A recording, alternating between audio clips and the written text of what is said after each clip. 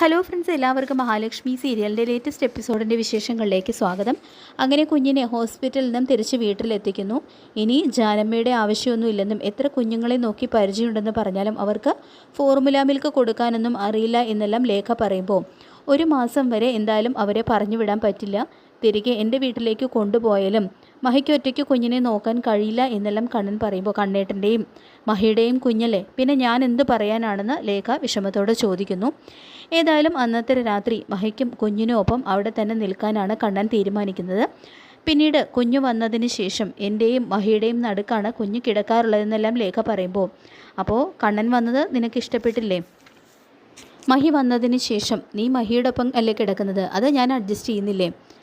നിൻ്റെ ഈ സ്വഭാവം എന്നെ ഭയപ്പെടുത്തുന്നുണ്ട് ലേഖ. ഇതാ ഞാൻ പറഞ്ഞത്, നമുക്കൊരു കുഞ്ഞിനെ അഡോപ്റ്റ് ചെയ്യാം എന്നെല്ലാം അനന്തു പറയുമ്പോൾ, എനിക്കിനി അതിനെപ്പറ്റി ചിന്തിക്കാൻ പോലും കഴിയില്ല എന്ന് പറയുന്നുണ്ട് ലേഖ. കണ്ണനും മഹിയും ആയതുകൊണ്ടാണ് കുഞ്ഞിൻ്റെ കാര്യത്തിൽ നമുക്ക് ഇത്ര സ്വാതന്ത്ര്യം തരുന്നത്, അതൊരിക്കലും നമ്മൾ മിസ്യൂസ് ചെയ്യാൻ പാടില്ല എന്നും അനന്തു ലേഖയോട് പറഞ്ഞു കൊടുക്കുന്നു. ഓണം കഴിഞ്ഞ് കുഞ്ഞിനെ അവർ കൊണ്ടുപോയാലും എത്രയും പെട്ടെന്ന് ഒരേ കോമ്പൗണ്ടിൽ വീട് പണിത് നമുക്ക് ഒരുമിച്ച് താമസിക്കണമെന്ന് ലേഖ പറയുമ്പോൾ, അതിനെപ്പറ്റി നമുക്ക് ചിന്തിക്കാം, കണ്ണനും അതിൽ താല്പര്യം ഉണ്ടല്ലോ എന്ന് പറയുന്നുണ്ട് കേട്ടോ അനന്തു. അങ്ങനെ പിറ്റേന്ന് ജാനമ്മയ്ക്കാണെങ്കിൽ ലേഖയുടെയും അനന്തുവിൻ്റെയും വീട്ടിലേക്ക് പോകാൻ തന്നെ പേടിയാണ്. കാരണം കുഞ്ഞിന് എന്തെങ്കിലും സംഭവിച്ചു കാണൂ എന്നുള്ളൊരു ആധിയാണ് അവർക്ക്. വലിയൊരു ക്രൂരതയാണ് അവർ ആ പൊടി കുഞ്ഞിനോട് ചെയ്തിരിക്കുന്നത് എന്നുള്ളൊരു കുറ്റബോധം അവരെ വല്ലാതെ തന്നെ വേട്ടയാടുന്നുണ്ട്. അപ്പോൾ ദേവരാജൻ പറഞ്ഞു കൊടുക്കുന്നുണ്ട്, അമ്മ ഒന്നുകൊണ്ടും പേടിക്കേണ്ട, ധൈര്യമായിട്ട് ചെല്ല്, അമ്മയെ ആരും സംശയിക്കാൻ പോകുന്നില്ല എന്നൊക്കെ പറയുന്നു. അങ്ങനെ ജാനമ്മ ധൈര്യം സംഭരിച്ച് അനന്തുവിൻ്റെയും രേഖയുടെയും വീട്ടിലേക്ക് എത്തുകയാണ്. അപ്പോൾ അനന്തുവാണെങ്കിൽ അവിടെ പേപ്പർ വായിച്ചുകൊണ്ടിരിക്കുകയാണ്. ഇതേ സമയത്താണ് ജാനമ്മയെ കാണുന്നത്. അപ്പോൾ നിങ്ങൾ നല്ല ആളാണ്, ചെയ്തതൊന്നും ആരും അറിയില്ല എന്ന് കരുതിയോ എന്നെല്ലാം അനന്ത് ചോദിക്കുമ്പോൾ തന്നെ ജാനമ്മയുടെ ദേഹം മുഴുവൻ വിറയ്ക്കുകയാണ്. അപ്പോൾ ഇതേ സമയം കണ്ണനും മുകളിൽ നിന്നും ഇറങ്ങി വരുന്നു. കണ്ണ അതാ ആളെത്തിയെന്ന് അനന്ത് പറയുന്നുണ്ട് കേട്ടോ. തുടർന്ന് കണ്ണനും ജാനമ്മയോട് പറയുന്നുണ്ട്, കുഞ്ഞിനെ നോക്കി ജാനമ്മയ്ക്ക് നല്ല പരിചയമുണ്ടെന്ന് കരുതിയിട്ടാണ് നിങ്ങളെ ഇവിടെ നിർത്തിയതെന്ന് പറയുമ്പോൾ, എന്താ സാറേ എന്ന് ചോദിക്കുന്നുണ്ട് ജാനമ്മ. അപ്പോൾ എന്താണെന്നല്ലേ, ഇന്നലെ മുതൽ കുഞ്ഞ് നല്ല ഉറക്കത്തിലായിരുന്നല്ലോ, രാത്രിയായപ്പോൾ കുഞ്ഞിൻ്റെ വായിൽ നിന്നും നുരയും പതയും വരാൻ തുടങ്ങി എന്ന് കണ്ണൻ പറയുമ്പോൾ തന്നെ കരച്ചിലിൻ്റെ വക്കോളം എത്തുന്നുണ്ട് കേട്ടോ ജാനമ്മ. തുടർന്ന് സാറേ എന്നോട് ക്ഷമിക്കണം എന്ന് പറഞ്ഞുകൊണ്ട് കണ്ണൻ്റെയും അനന്തുവിൻ്റെയും മുന്നിൽ നിന്നും പൊട്ടിക്കരയുന്നു.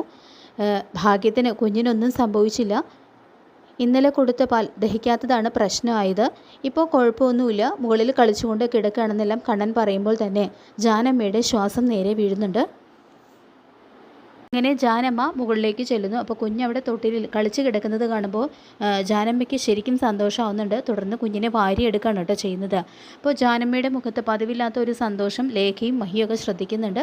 അപ്പോൾ അവർ പറഞ്ഞു കൊടുക്കുന്നുണ്ട്, കുഞ്ഞിന് ഇനി നേർപ്പിച്ച് മാത്രം പാല് കൊടുത്താൽ മതി എന്നും കൂടുതൽ കൊടുക്കണ്ട എന്നുള്ള കാര്യങ്ങളെല്ലാം അവരെ ജാനമ്മയെ പറഞ്ഞേൽപ്പിക്കുന്നു. പിന്നീട് ദൈവമേ ആ കുഞ്ഞിനൊന്നും വരുത്തിയില്ലല്ലോ എന്നെല്ലാം പറഞ്ഞുകൊണ്ട് സന്തോഷത്തോടെ ദൈവത്തിന് നന്ദി പറയുകയാണ് കേട്ടോ ജാനമ്മ ചെയ്യുന്നത്. പിന്നീട് കരുണയാണെങ്കിൽ പൂജാമുറിയിൽ കയറി വിളക്ക് കൊളുത്തി പ്രാർത്ഥിക്കുന്നു. എൻ്റെ സകല ദൈവങ്ങളെ ഒരിക്കലെങ്കിലും എൻ്റെ ആഗ്രഹത്തിനൊത്ത് നിൽക്കണേ, ലക്ഷ്മിയുടെ കുഞ്ഞ് പോയിട്ടുണ്ടാകണേ എന്നെല്ലാം പ്രാർത്ഥിക്കുമ്പോൾ തന്നെ മഹാലക്ഷ്മിയുടെ അയ്യപ്പ വിഗ്രഹത്തിൽ നിന്നുള്ള ഒരു പ്രകാശം കരുണയുടെ കണ്ണിലടിക്കുന്നുണ്ട്. തുടർന്ന് ഷോക്ക് ഏറ്റതുപോലെ കരുണ പൂജാമുറിയിൽ നിന്നും പുറത്തു കടക്കുന്നു.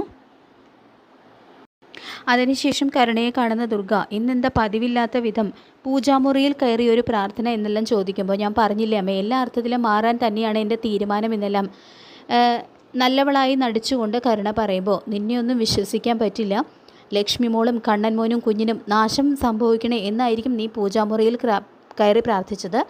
പക്ഷേ നീ ആഗ്രഹിക്കുന്നത് പോലെയൊന്നും നടക്കില്ല.